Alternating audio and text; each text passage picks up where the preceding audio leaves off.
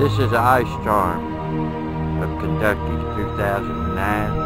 It started February the 27th for 36 hours. Nothing but pure freezing rain.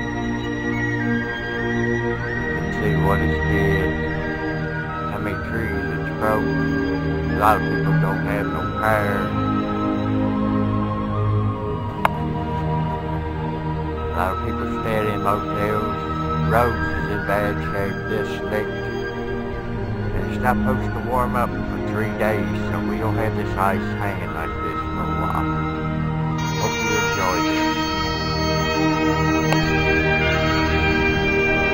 Ice storm of 2009.